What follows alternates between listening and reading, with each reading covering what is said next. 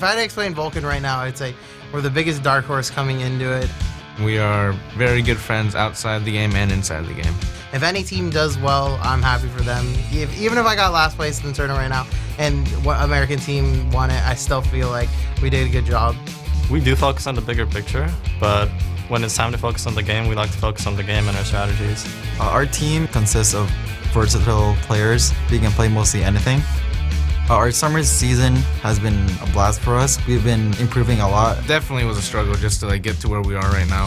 We're kind of an underdog team, but make sure that you don't underestimate us. I would definitely say we're an exciting team because you never know if we're going to win no matter how far ahead we are. We do have the second best record in the season, and we are very proud of that.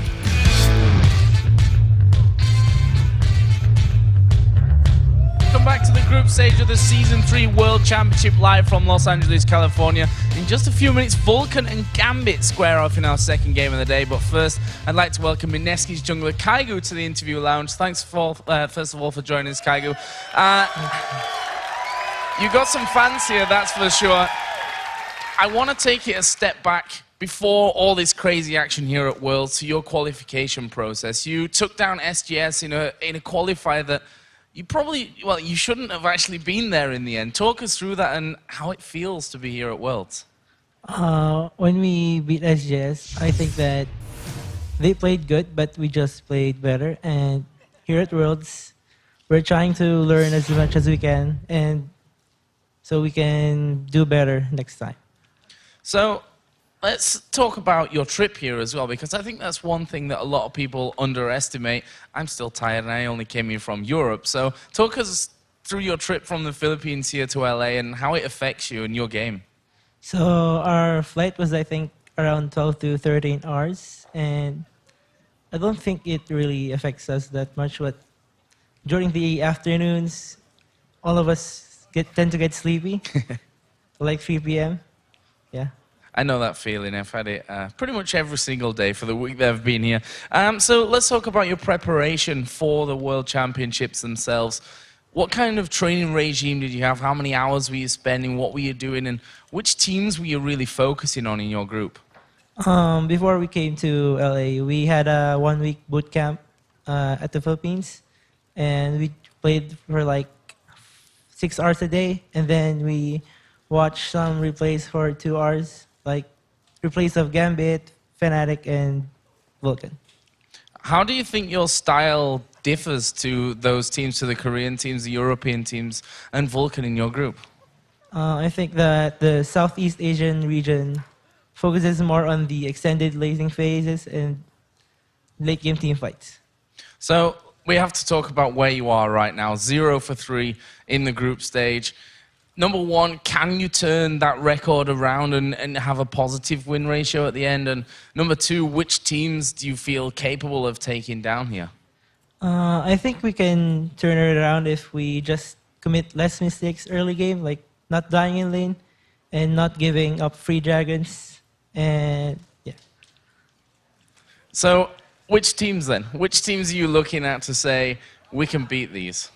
We have a match later against Vulcun. I hope we can do well against them. Against their North American crowd here as well. That would be a big bonus for you guys, I think. And last of all, a little bit of time for you to shout out to your fans back home, because I'm sure there are a lot of them staying up to watch you right now. Hello to the fans of from the Philippines and wow. And your fans here as well. Hello to the fans here and shout outs to Mineski, our sponsors Razer and Monster. Thanks a lot, Kaigu, and good luck in your remaining games here. Thank you. So let's send it over to Quickshot and crew at the analyst desk to break down our next matchup. Thank you very much, Joe. Great interview there by Kaigu. We'll have to see how well he can do against Vulcun. Vulcun, the team that's about to play in our very next game, they are taking on Gambit. And while the guys are setting up on stage, I want to poke your brains a little bit more. We were talking about Mancloud and Smithy before going to the break. Now I want to talk to our AD carry and support here about this matchup, because you had some very strong words about Genji's presence in this matchup, Double Lift. So talk me through the Zuna-Genji matchup. I definitely think Zuna, while people will undervalue him as, not instrumental to Vulcan's win, he is a playmaker. at heart. He likes to get in there, and sometimes it goes bad, right? Like sometimes he just dies and randomly throws the game, but he is a playmaker. I feel like Genja, he takes a more passive approach. He's more of a utility kind of player. That's why he plays like Varus, those kind of champions. He used to be known for playing Urgot. And he takes kind of a more backseat role. He's very lane dominant. He likes to freeze, and he likes to be more of an anti-carry than a carry. Definitely the case. I've actually seen Genja at one point just abandoning a team fight once and just start split pushing with Ashe, and it just indicated how unique he really is. And I've been told that Genja would never go in for a skirmish or a fight unless he knew 100% sure he would not get ganked and that he would survive. And it's a very unique style. Compared to Zuna, I think he only needs like a 40% chance of a possible kill, and he'll just dive in there and he'll go for it. So if they can abuse the fact that there's a lack of synergy sometimes between Voidal and Genja, because they're relatively new bot lane, they might actually come out on top there. Well, for me, when I look at them, I don't see either team as terribly reliant on those AD carries. I mean, we've been talking about the mids, and that's where a lot of the power on these teams, it's where a lot of the kills go. So I'm not quite so sold that their performance is actually going to seriously dictate this game, whereas if we took a team like Ozone in their current state, well, they're pretty reliant on Imp. It always comes full circle with you, right back to Korean team. Huh? It's the center of the universe, man. Bread and butter. So let's take a look then at those solo lanes. We've already touched on the Alex versus ManCloud, and I think that's probably the matchup that most people are excited to watch. So we'll leave that for the game. I want to poke your brains about the Darien versus Sid matchup. Let's start this one with Crepo. What do you think? How's this going to go? I'm really interested if they're going to give Darien Shen. I don't know. Like Darien always seems to somehow get Shen in any like game where you expect it to not get it, and he does really well with it. But I hope they learn their lesson. Vulcun put a pretty high priority on Shen. I doubt that they're going to actually let him have that. We'll probably see him something on more like Renekton or some other bruiser. Stylistically, I see Psycho Sid and Darien as kind of similar. They tend to play very tanky utility top laners like Nasus, Zac, or Shen, as you said. And they're not very lane dominant players. Maybe Darien sometimes he'll have like a really crazy game where he dominates. But Psycho Sid, definitely, I don't see him like crushing lane very much. He takes a more passive approach. Well, I think they both share those traits. Thanks for the insight, guys. We are going to be throwing this over to Jat and Riv to give you the play-by-play for the game. Thank you very much, Quick Shot, and let's get right to it. It's time for our second match of the day and the 7th game in Group B, North America's Vulcun versus Europe's Gambit. Let's take a look at the starting lineups. In the blue corner, it's going to be Vulcun. In the top lane is Psycho Sid, Smithy in the jungle, ManCloud in mid lane, Zuna on AD carry, and Bloodwater on support. And in the red font, we have Gambit Gaming with Darien in the top lane, Diamond in the jungle, Alex each in mid lane, Genja on AD, and of course Voidal on support. Indeed, bringing up that support lane, and it's pretty interesting to, we have to remember Gambit did kind of switch out Voidal and Darker throughout the season, so there's a bit of a change for them. But coming into this game, I think it's about the picks in bans. It's really going to alter it for these two. It usually does, but we heard Alex in an interview with Travis saying Vulcun and Gambit have similar picks to each other. Yeah, and the craziest thing about Vulcun, especially when they're in the North American LCS, is how well they played the pick and ban phase against all of their competition. Absolutely. And I have to say, in the game yesterday when Gambit played Ozone, they just completely outpicked them as well. Kassadin ban right off the bat for Alex isn't something that Alex gets many bans against, at least here in the World Championships. I really want to see how the Assassin mid laners go for this one. If Ari gets through, I'm going to be shocked. Super shocked. We had Smithy playing Vi twice to set up a lot of those Assassin mid laner kills that ManCloud was able to come up with. So we may see Vi in the jungle, that Ari going out, Nasus and Shen, both being played by these top laners throughout or Shen, I should say, both these top laners in the past day. So with these bans, the first few they knew what they wanted, but now it's the game of what can we force them into. Exactly, and when we look at the matchup between these two teams, you look at Darien versus Psycho Sid. The analysts were just talking about it. Those guys are very isolationist top laners. Gambit, somehow it seemed like Darien always gets Shen, but they're not even willing to let it through Psycho Sid's hands because he would just pick it right away. Remember, Psycho Sid played Nasus in his first victory for Vulcun. He played Shen actually in their defeat. It's not something they would first pick, however. It just means we have to wonder what he's going to be picking next. The support has been kind of a neutral pick that teams have been going for. Bloodwater would, much like to grab his Sona up if possible, but they're taking all the time in the world on this one. It's up to Benny, and they're letting him know what's going on. The first few picks here are immensely important. Orianna's a very generalist pick we have here. Zuna has played a little bit of Ezreal. Obviously, both these AD carries tried their hands at Corki. Both won with it.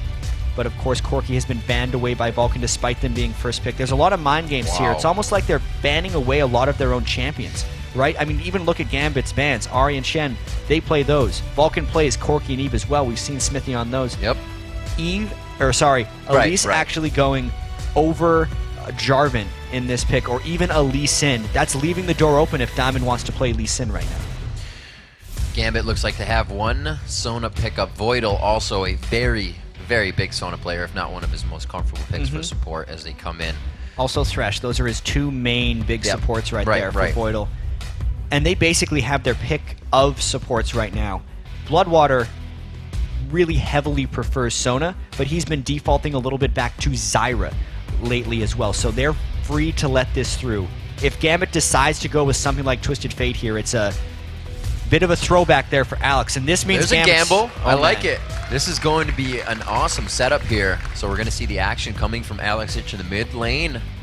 Teleport on that Twisted Fate with that ultimate. We'll have to see what he can do to create opportunities for the team, but that also kind of plays a waiting game. Now it's up to Diamond to carry that early game, as it usually is for a jungle, but we're not going to see Alex really making an impact until that 6, till that does. It's really crazy that he's picked that so early. Yes, there were a lot of mid lane assassins already banned away, but this leaves the door open for ManCloud to pick whatever he wants into it. ManCloud has had huge amounts of success on Orianna, but I don't know about his Fizz. Fizz would be the pick if he could play absolutely anything right now to really try and shut down Alex in lane. Vi is expected for Xmithy. He played at both games yesterday. Heavy ganker as well, but if he does that, it also means Psycho Sid is going to be Elise in the top lane. We're going to learn a whole bunch in the next 5 seconds here about Vulcun's overall plan. They are trying to hover onto that. Zyra should be going to Bloodwater here, and Xmithy will be locking in his own champion. So it looks like Vulcun is all right with showing quite a bit of their hand here, even in the first few picks. They are leaving 2 of those strengths that they have, though, that ManCloud's going to be able to counterpick now, at least from what he sees, as well as their AD carry. He was already able to counterpick because they knew that the Twisted Fate is going the mid lane, but he gets a larger amount of the team comp, to look into from here. Once again, that Aatrox, we've seen that from both Diamond in the jungle and Darien in the top lane, depending on how they're feeling about things. They could very well do something like Aatrox Jarvan and just go in the top lane. That I don't think they're going to show it entirely yet, but there's no reason not to at this point, since they know that Psycho Sid is playing that top lane Elise. I really wonder what's going on here, because there's no Shen for Darien, and once you get past that, you're kind of thinking, what does he really play after that? Because he always swaps around. It could be Renekton's, it can be Aatrox's, you never really know. Well, right now, he's still holding down what they could lock in for him. Genja does put down the Kog'Maw. We saw the Triforce Kog'Maw coming in yesterday. It's been wreaking havoc in solo queue, says social media. Oh, man. That's trouble right there. Wreaking havoc in more ways than one. Yeah, absolutely. But anyways, Kog'Maw, it's another throwback pick for Gambit here, and it kind of goes along with the throwback pick they had from Twisted Fate as well. So much success with that yesterday for Gambit, and Zuna is hovering over Caitlyn right now, which tells me he should pick Caitlyn right now. That is what he needs to be able to keep his distance from Genja in the laning phase, and Zuna should be playing Caitlyn in this matchup. The mid laner, I would actually expect to be Orianna right now for Vulcun, just because they do things by the book for the most part, and that makes the most sense right here. Let's see what other kind of composition Gambit can come up with. So far, we are seeing a little bit of the mix between AP, AD, and the Orianna coming out. As you called it, it looks like ManCloud is going to be a little bit of utility and power for his team coming into this game. So Vulcan's composition works very well there. They have a lot of crowd control. Straight comp. Enough AoE. It's actually a very almost balanced team composition with a bit of an emphasis on poke. But we look at Gambit here, and they need something to complete this as far as it goes. They have the one diver who goes in right now with Aatrox. So they need to decide if they're playing a poke comp with a bunch of squishies or a team that just goes in and has overwhelming threat. This last pick, whether it goes jungle or in the top lane, is going to have to support their poke game or go with something like Renekton, make the Aatrox go in the jungle, and then you're just everyone diving in and just hoping they get distracted by Genja. That'll also dictate how Alex plays the game, but man, these guys are really taking their time. I think it has to be some kind, I was going to say defensive. I thought it was going to be more defensive than that, but ladies and gentlemen, Diamond locking in, and we'll say his Lee Sin. Yeah, we've seen a few highlight reels of his Lee Sin. He's really stormed the scene with it way back in Season 2, but Right here for Gambit, this is very much about just finding skirmish fights. They want to execute as much as they can. This isn't a composition that says, we'll find it when it happens. You're right. They want to skirmish. Yeah, Lee Sin isn't the guy who just, like, even though he does go in, he goes right back out so much of the time. And that puts so much pressure on Darien to really be able to carry the team from a tank perspective in this game.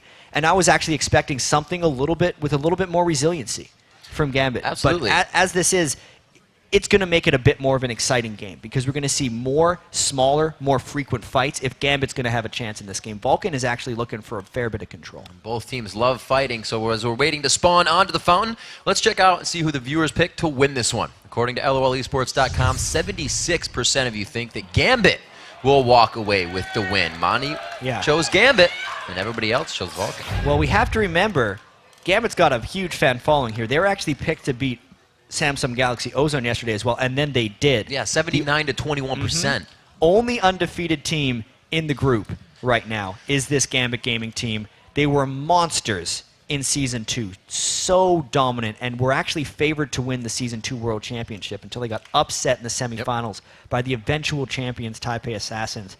And coming in here, right beforehand, people were so down on them that many people called them a dark horse. Remember, this is Gambit Gaming. They have been legendary on the League of Legends scene, and now with all the boot camping they've been doing, all the practice they've had, they still have 4 returning members from the Season 2 World Championship. Here they go. Let's see what they got for us, chat. Game 7 of Group B, Day 2 here at Worlds. Ladies and gentlemen, Vulcun versus Gambit as both teams take to the Rift. And this game is going to be very intense right here. We have boots coming out from Alex right now. He's going to be using those boots to try and not get harassed by ManCloud's command attack from Orianna. That's actually a fairly smart choice against an Ori, but it does mean his early game damage on Twisted Fate doesn't trade back very effectively. Twisted Fate also has very good combo ganks with Lee Sin because he can line up the resonating strikes so easily if he just locks in a gold card, and knowing he has that move speed advantage is another reason the boots are a smart choice in this matchup for Alex. And boots 3 pots, as you mentioned. I like it. All the throwbacks coming in here at Group B Day. We'll see what the teams have for each other. And look at that. Gambit has a gold lead. That's Twisted Fate. That's all on the cards. No, that's because the support has picked a gold mastery right here. You can see Bloodwater actually doesn't have that little total biscuit of rejuvenation. Nope. He decided for different masteries on Zyra. So looks like top lane is going to be inhabited here by Zuna and Bloodwater for now. Looks like they're going to get a bit of vision of what's going on. Darien will also be able to give this communication to his team.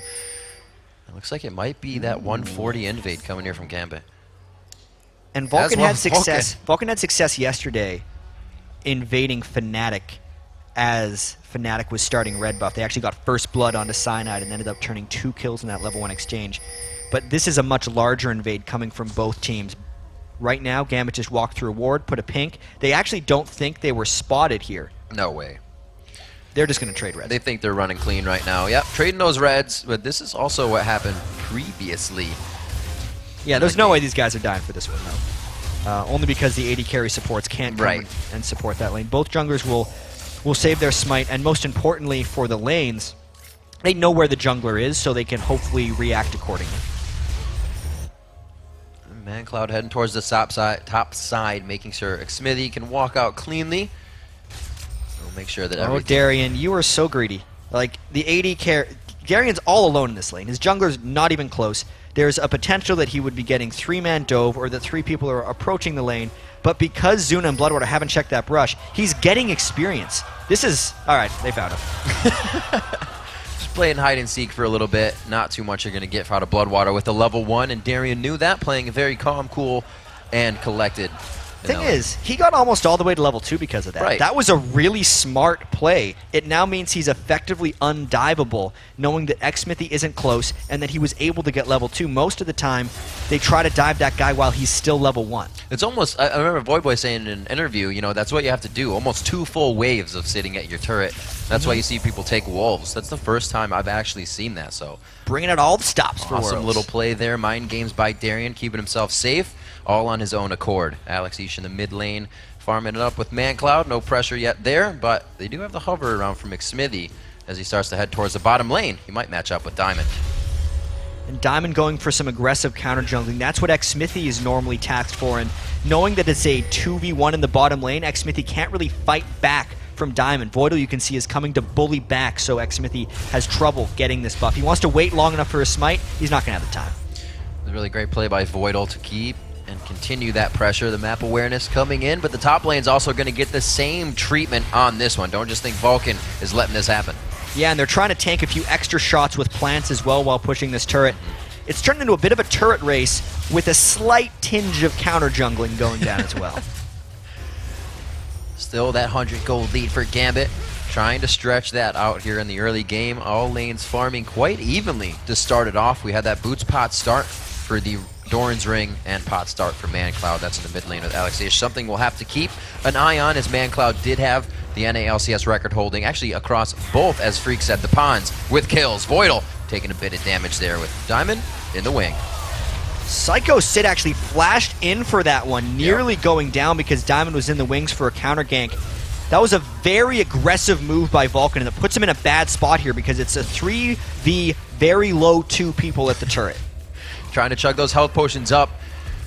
The skill shots, you can see Smithy trying to be just a bodyguard here for Sid. If Sid gets hit by that Q, they are fully going in onto this. Genja, full health.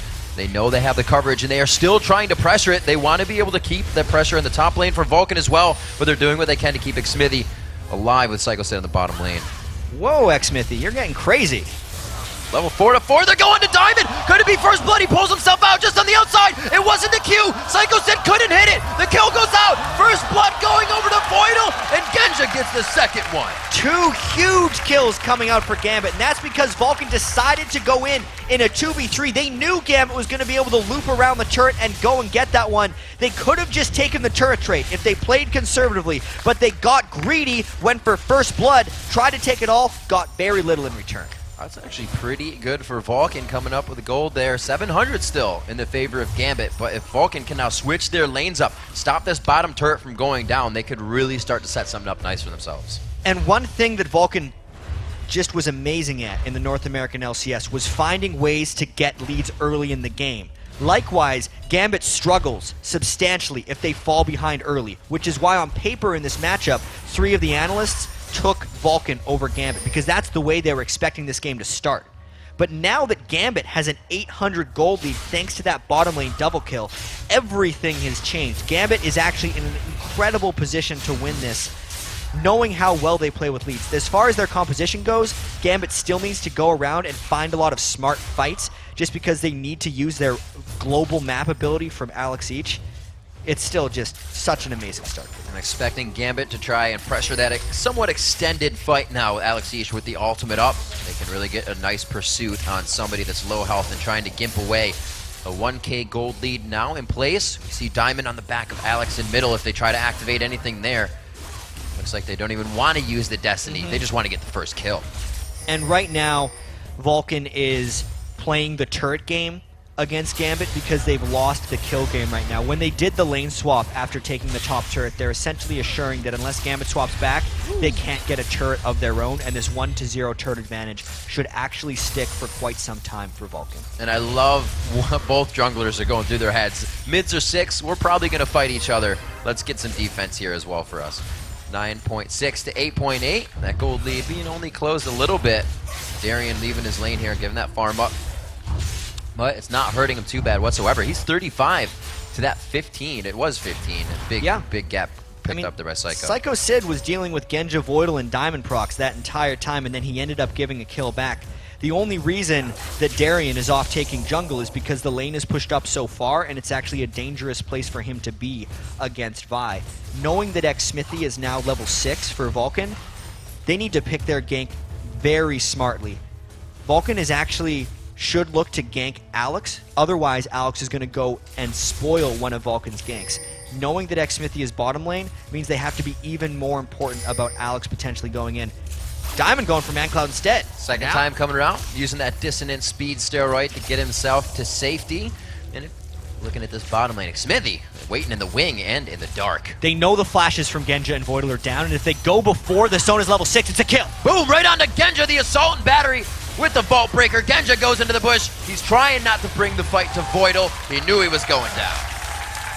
Awesome stuff there by Vulcun. Extremely well planned. And the reason the Twisted Fate couldn't come down to spoil that day is because ManCloud maintained enough presence in the mid lane, and they only timed that gank as well after ManCloud had already been ganked by Diamond. So all the potential for a counter gank or a turnaround and Vulcun not having a 3v2 were eliminated by what ManCloud was doing in the mid lane. Vulcun playing that one very smart. 2-1 as they pick up their first kill here. Remember, they got the first turret of the game as well, and that has switched these lanes up back to even as they started in that 2v1 process. Now 9 minutes into the game, it's only a 500 gold lead going in the favor of Gambit. It's being closed very fast by ManCloud and crew.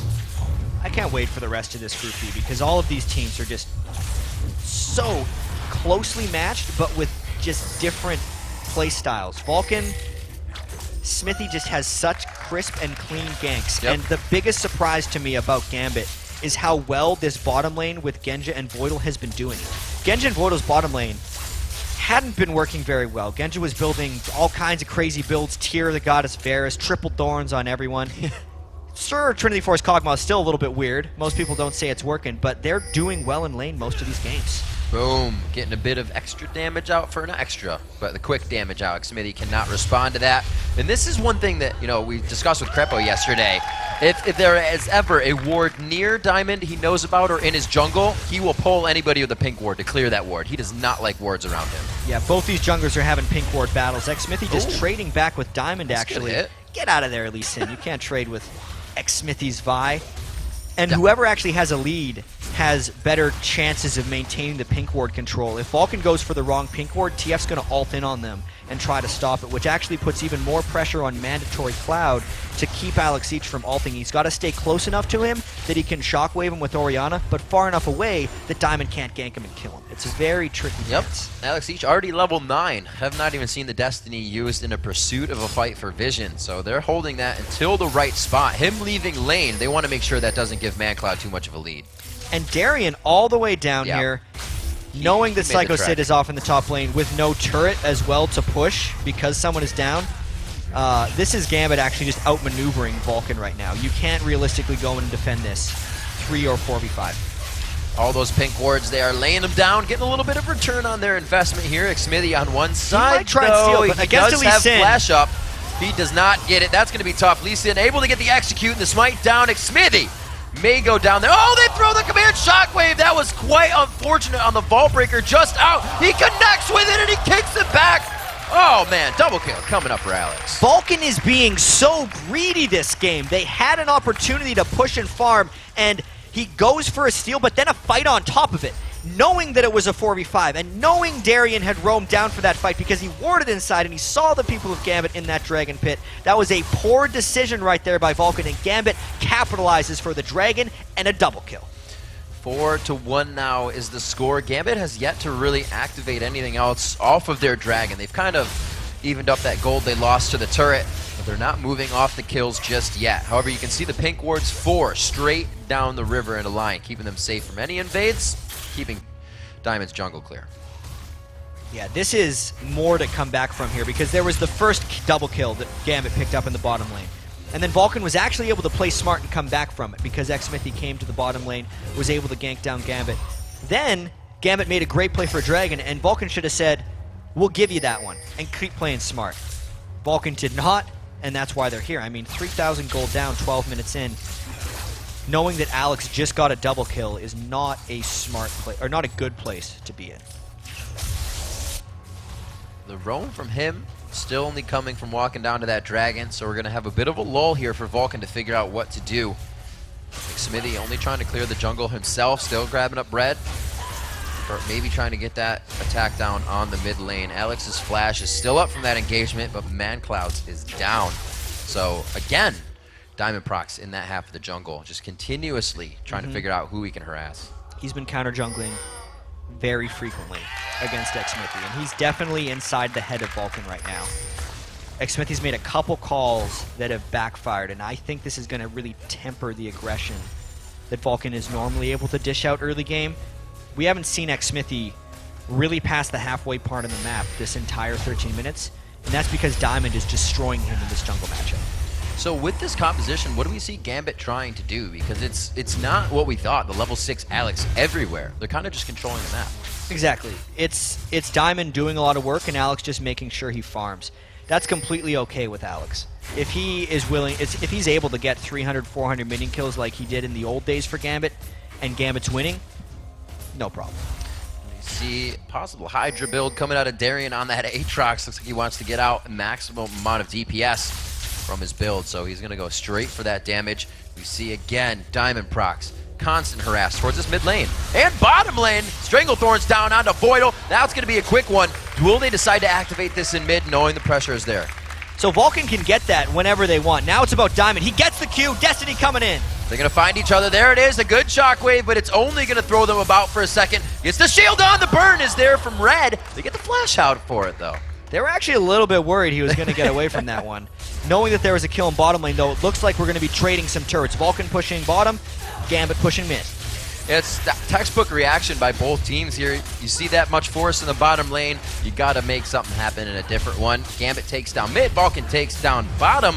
This still leaves Vulcun up 1 in turrets, but I may speak too fast here. Yeah, Darian pops his ultimate. Aatrox gets an incredible amount of attack speed right here in the mid lane. They get the Sheen procs as well. That worked. Gambit is just capitalizing on pretty much everything right now. One thing I should note is Diamond used one of his pink wards to get in that gank for ManCloud, and normally like a pink ward for a kill is giving up a lot of the benefits of the kill anyway, but because they were able to get 2 turrets after it, it is more than worth it, Rick. They're figuring out everything they need to do to make their money back right now.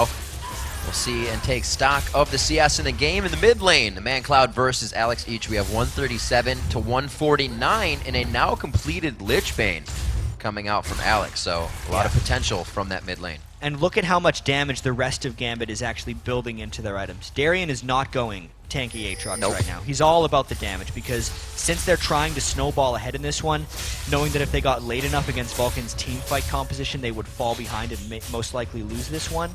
They're just going for it right now. Expect Darian to be ganking a whole bunch, especially with Alex, and just making things happen.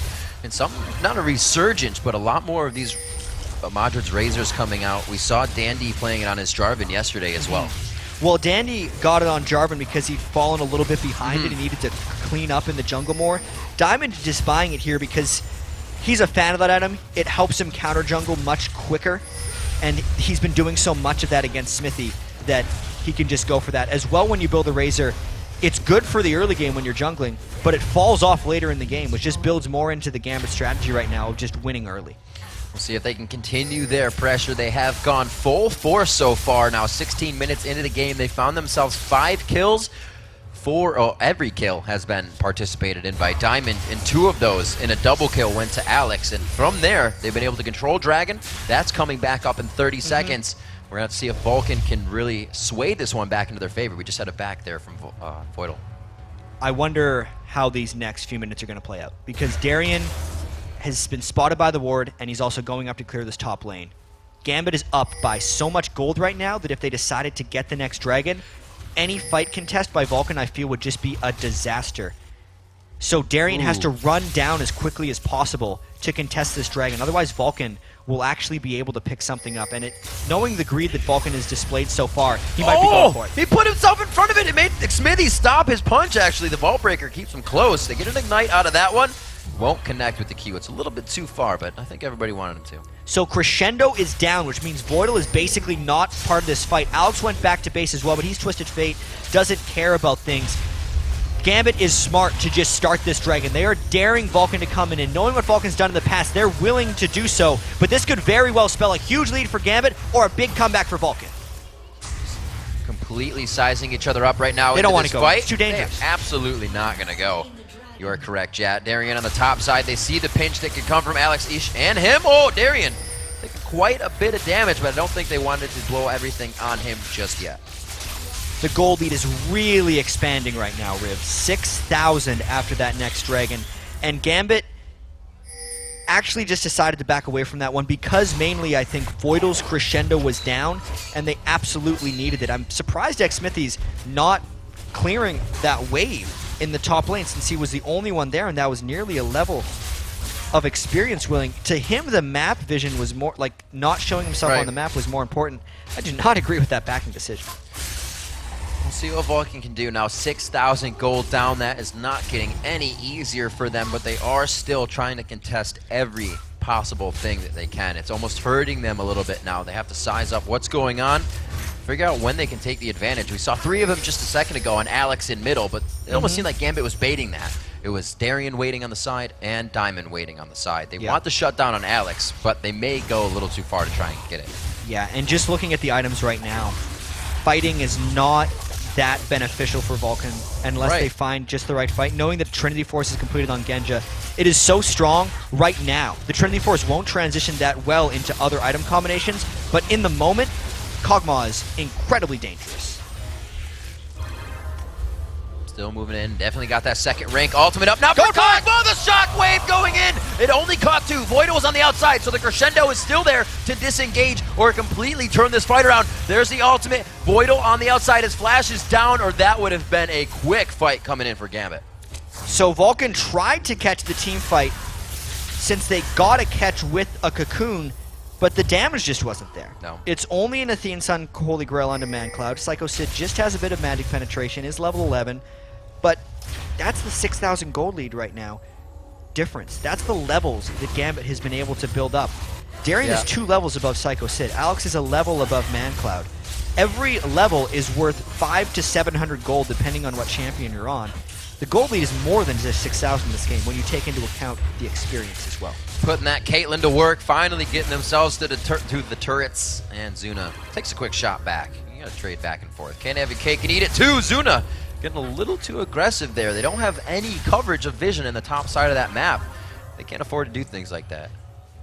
No, they cannot. Vulcun trying to just sit back, farm a little bit at this point. They know that Gambit does need to force team fights sooner or later, and if Gambit's not too aggressively counter-jungling or forcing around Baron, the percentage gold difference will remain even and maybe even close a little bit.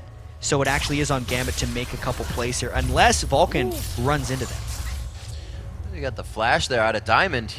He actually pulls that over using his ward. Maybe that safeguard was just down from mitigating a bit of damage. We see the Bloodthirster, Caitlyn coming out instead of the Infinity Edge. These extended fights that Vulcun knows are going to be happening. I'm wondering where Zuna's going with this. He might go for a static shiv as well, in which case he'd just be trying to get more wave clear so Vulcun can stall or just do a bit of a push strategy against them. Vulcun does have 4 ranged champions, so they got pretty good poke if they can set up extended sieges. Vulcun doing a very great job at controlling some of these turrets. They finally push Gambit back with their gold deficit to take down the mid turret. We'll see that Alex Ish now gathers with his team in mid, and we'll see if Vulcun can now hold off what Gambit tries to throw back, because with that turret down, Vulcun is kind of searching now for where to go next. That turret was the last thing they had as a low-hanging fruit. It's been a very interesting game, because if it wasn't for the 2 errors from Xmithy, where he basically baited Vulcun into multiple double kills, the game would be extremely close, and Gambit's team composition would be running into some dangers of falling off. But as it is now, since they have a 6,000+ gold advantage, I think they're going to be able to take that and just grow their advantage, and they're far enough ahead they can really make some aggressive plays. I think it's just a matter of Gambit getting the right ward control right now and then finding the fights with which they can engage. 2,500 gold in the hands of Alex over ManCloud right now. That's that. Zanya's coming in for him. The playmaking can also now start to come from Alex. We haven't seen the ultimate really start or end a fight. It's kind of just been to facilitate vision for his team to go in. So the way they're using the Twisted Fate, a bit different than usual. Yeah, it's not that crazy all over the map action, but a lot of that has to do with Vulcun always being within their turrets. There's no positional errors, aside from the few that Vulcun has made, that are there to be punished by Alex's Twisted Fate. So instead, he's just farming up a storm. He's more than 10 CS per minute with Twisted Fate right now, and knowing that he's got those loaded dice as well, he's just head and shoulders above everyone else. He's nearing 10,000 gold already, only 23 minutes in. The kills have slowed down somewhat with this first tier of turrets being down on both sides. We remember Darian popping his ultimate, and that last mid engagement allowed Gambit to take 2 in the mid lane. They haven't really tried to work off that, though. They're not invading the jungle. They're not trying to pressure in and get any pinch attacks in, like you said, waiting for those mistakes, but Vulcun not making them too often here. And despite Vulcun being behind, they are still dumping huge amounts of money into wards. there are 4 pink wards within Vulcan's red jungle, and that is what they have had to do since they've lost those 2 middle turrets. They cannot control the entrances and exits by turrets, so they have to do it with pink wards. It's an interesting play there because they normally need that gold to come back into the game with items, but instead they're using it for vision control, which actually tells me Vulcan is looking to find a team fight somewhere in their jungle while Gambit looks for picks. Voidal almost being the first one. Yep, he took his cue. They go to Dragon. The Oracle's on Voidal now. Looking over onto Bloodwater. I don't believe he has one just yet. Still working with the pink wards on his side. So Gambit clearing out this map for themselves. They will start to pressure and push every lane past the river and hopefully start to get some more attacks in the jungle. I fear that Vulcan could actually stall this out quite hard coming up here. Well, they've been stalling well, yeah, for quite a while, yep. so they can try and continue that trend. The later it goes, though, the faster Gambit can kill Baron, and the riskier and more difficult it will become for Vulcan to actually play this stall game without just risking falling too far behind and getting tower dove. Vulcan has been prioritizing pink wards in their red side of the jungle because they were hoping that Gambit would look for a fight around Dragon and then Vulcan could turn something around. But that's actually going to turn to Baron next. Vulcan waiting in the wing. They see that ward come right over Wraiths as well. Gambit pretty much always has an idea what zone of the map Vulcan is on, what quadrant, if you will, if you split it up into that 4. And right now, they know that bottom is just warded up. They aren't even really entering it. Voidal's Oracle actually wearing off, so they don't know how safe they are, and it's not very safe. They're going quite aggressive here. They shouldn't be going that aggressive here because they are extremely far behind, and the fight in the open would not do Vulcan well. If we think of Vulcan overall, so far in the World Championship, they started off pretty much as well as they could against Fnatic. And then ever since the halfway point of that Samsung Galaxy Ozone game, they've been on a downward trend. They went from having a lead in that Ozone game till 8 minutes later just getting beaten in a landslide defeat. And the start of this game against Gambit has not been much better. This is actually a 2-man Baron, now 3, that could get things done. And since Vulcan has not taken any ward control in the Baron area, Vulcan spent so much time pink warding their own red buff. Gambit should be able to take this one uncontested. It's going to go. It'll take a bit. That Madrid's definitely helping out here. They're able to facilitate that. Throwing down Locket just like Solari. Oh, Smithy on the outside. He comes into the fight. Psycho Sid from the back. A lot of damage onto Smithy. Trying to peel off Diamond so he can't do much, but goes down. Will there be a follow-up? Oh, it's going to be the dive coming in from Darien. The crescendo comes out, and ManCloud will not be able to help the team. Still the chase coming in. Psycho Sid goes down, and there are kills across the map.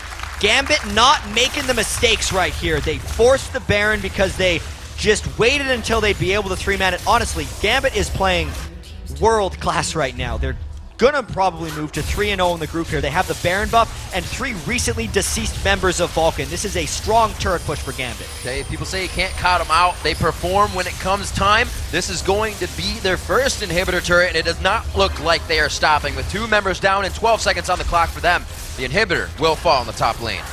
Yeah, this game just blew wide open for Gambit. They'd had the lead for a while, Vulcan stalled for a bit, and now Gambit is just doing what they want.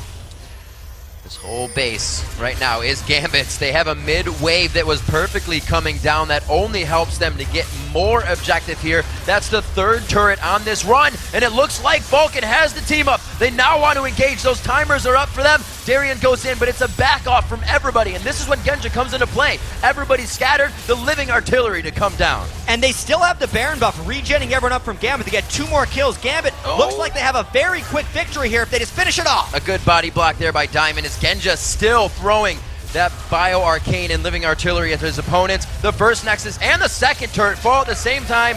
It's going to be the Nexus as well. 10-2. Gambit 3-0 here in Group B. Gambit absolutely dominating this group so far. Vulcan looks strong. They took them down. They beat Ozone yesterday, and that only took them 27 minutes to dismantle that Vulcan team. Diamond Prox has got to be happy about that. You know, they kept coming in with the same. He didn't have Ari, and Alex did not need it. He brings out what I believe is the first Twisted Fate for us here at Worlds. Yep. And they were able to play it in a, not unorthodox way, but it wasn't the destiny to kill. It wasn't the destiny to, like you said, get somebody out of position, because Vulcan wasn't making those mistakes. So Gambit adapt, and they made it happen. That was an exceedingly measured victory by Gambit. They, even with the aggressive composition and the ability to start fights from very different places, they only fought a couple of times, but always in incredibly important positions, right after the Baron, right before the Dragon, and they ended the game quickly because of it. All right, chat. Well, that quick game, we're going to be sending it over to Quickshot and crew for a breakdown of Gambit's dominating victory. Thank you very much, Riv. I want to start this one off by saying, Monty, how does it feel to predict one that none of the other analysts predicted? Here we go. It feels fantastic. But to go back to that game, I was a little bit nervous for Gambit at the beginning because the composition that they had with Aatrox and TF, that's really snowball. You have to get an advantage in the early game. And so while that victory looked pretty one-sided, that's kind of what happens with that composition. It's either all up or all down on that. And it seems like Vulcun kind of handed them that too. A couple early mistakes here really cost them in both side lanes. I think the first mistake was just not picking Sona first. History has shown that if you take Sona away from Voidal, he's still going to do decent to well, but he's never going to have that game-breaking impact. He really likes those crescendos, and Gambit is a team that follows up really well on those crescendos. Not that these had the biggest impact, because I think the early mistakes, there's quite a few that just made Vulcun lose grip of the game. I think the biggest thing was when, a reoccurring problem throughout the game was when Gambit was taking objectives and Vulcun had lost something, like a dragon or a tower or something, they recalled instead of continuously pushing. Generally, it's not just like a free objective. You can get something out of it. Vulcun literally just made it a free objective. On top of that, right after the objective was taken, they went in and started contesting. Like they were taking Drake, they were setting up, can we fight, can we fight, can we fight? No, we can't fight, let's run away. Oh no, let's try it anyways. Yeah, they Smithy like flashed into the Drake pit or Vault Bucket, and I can't remember. But he went for the fight instead of using his second dash ability to get out. Drew Orianna in and got them baited. And that was not even the worst mistake, I think. I think really early in the game, that's where they threw it. Yeah, I mean, if we look at that first fight around the bottom turret for Vulcun, where we had Smithy down there with Psycho Sid, and then we had the three members of Gambit hovering around the turret. In the meantime, the duo lane of Vulcun had taken down that top turret, but no damage pretty much to the Vulcan's tower, and yet they stepped into their own jungle when they didn't know. They went for the fight. They surprised themselves with how much damage they did onto Lee Sin, and they thought they could go finish him off, but they had used all their abilities. There was no more damage to come, and feeding Genja 2 more kills on that Kog'Maw got him going very early. Xmithie is a jungler that actually knows the damage output of his vibe really well. You could see that sometimes he's even surprised Diamond procs in some trades in the jungle, but they just chase too far, and I just think the entire idea of going into that brush near double golems to chase Diamond procs off was not the best, especially when you consider that top lane, they were just hammering on that tower. It was going down. It was 20% from being killed, at which point bot lane was 80% health. If they just turtle a little more, they take top tower, rotate it down the bottom, they had superior Drake control, they could push it, which allowed then Smithy to pressure Alex H more, which would give them no opportunity to Destiny out. But they just... I know we were so close. Oh God! Like, and even though we harp on Vulcun for all their mistakes, I gotta admit when I'm wrong. You know, Gambit played pretty well. They have very interesting map movements that a lot of NA teams wouldn't normally expect. I'm just gonna say interesting because those are not normal for us. The Drake. Break it down. What's specific now? Because and the reason I want to interject here, I overheard Crepo and Monty talking about the rotations from Gambit, and we weren't painting a pretty picture. So I want to hear your thought, first of all, double lift, and then bounce it to Crepo and Monty. I think, okay, first, their lane setup for the 2v1, I felt like that was a little bit unorthodox. Generally, you would want your Kog'Maw to lane against Caitlyn because that's a pretty decent matchup. That kind of threw them off, like, who would send an Aatrox of all champions into a 2v1? You know, that's very strange to me. Another thing is they're a super aggressive dragon movement. The second they got any leeway to get it, they just hopped on it like a Korean team would. And another thing that really stood out to me was the fact that they would just randomly 5-man bottom lane. And it wasn't random, but it was very surprising. They 4-man with the TF very aggressively. I don't think you can really say Gambit chose to do that, because if you look back at the early game, Vulcun had the superior ward control. They knew exactly what Gambit was doing. Gambit actually had the chance to steal their red buff away, and they just pretty much traded red buffs. I feel Vulcun could have contested that, especially if you have the knowledge of what's going on level 1. Mirroring is probably the worst thing you can do. I think they could have punished that invade, because if you look back at the early game as well, Lee Sin could have actually dove earlier, like the 3v1 dive that we saw in the other game that last night as well. which can really hurt a lot of teams, could have happened earlier. They could have dove the bot lane at least way earlier. They just chose not to. Both junglers actually went for double buffs, few jungle camps, and then went into the respective lanes. So I feel Vulcun could have exploited their wards a lot more early. For me, one of the big points, too, was we saw the itemization from Gambit while we were talking about the lack of rotation. So Gambit chose to build Ravenous Hydra on Aatrox first and then followed up with Lichbane on TF. And these are typically items that you get on those champions if you're looking to split push. But they didn't really split push. And at one point, Vulcun had filled their lower jungle full of pink wards, expecting that if they could get vision control, they could make a pick. But then Gambit just all stayed as 5. So it was kind of like a strange situation where I feel like Vulcun tried to guess what they were going to do, and then Gambit second-guessed them in response. It was pretty weird. Let's take a look at the bigger picture. We step back and you know, we can all sort of agree that there was some misplays from Vulcun in terms of positioning certain engagements, things like that. There was no super standout individual player. I think Diamond Prox had some very good initiations with his Lee Sin, and you cannot discount the impact that it had in those very first few fights, because this was a low kill scoring game.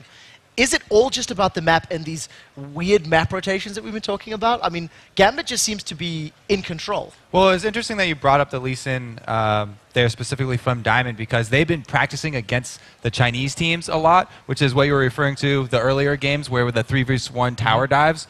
And they actually took a lot longer to pull off their 3v1 aggression there. It could have gone bad for them, but again, the Vulcun were the ones that overextended and sort of handed them that Chinese playstyle, what they wanted to go with. I really feel like Gambit really did well. I don't want to take anything away from them, but they handed Vulcun a few possibilities in which Vulcun actually opted out of. Well, guys, we do have to slowly start wrapping this one up. So let's take a look at how that victory for Gambit has affected those Group B standings. So we'll pull the graphic up for you in a second. You'll see that Gambit sitting 3-0 at the top of the group.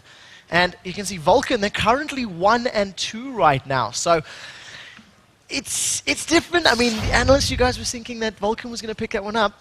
Gambit solidly in #1 position. They did fail us. I'm sad. Yeah. I'm sad too. Right now. It's okay. We're back to even now. Well, guys, I think we have to take a look. Except for Crepo.